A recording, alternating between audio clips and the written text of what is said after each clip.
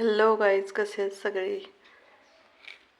हे हे गाजर असते, मोठे गाजर असते. हे गाजर असं पातळ चिरून का नाही ह्याच्या फोडी करायच्या आणि काही नाही करायचं, फक्त ह्याचं लोणचं आहे, कसलं तर आंब्याचं लोणचं आहे. हे मार्केटमधनं विकत आणलेलं. ते आंब्याच्या लोणच्यातला खार आणि आणि एक दोन फोडी टाकून हे गाजर गाजर चिरून त्याला असं हलवून ठेवायचं.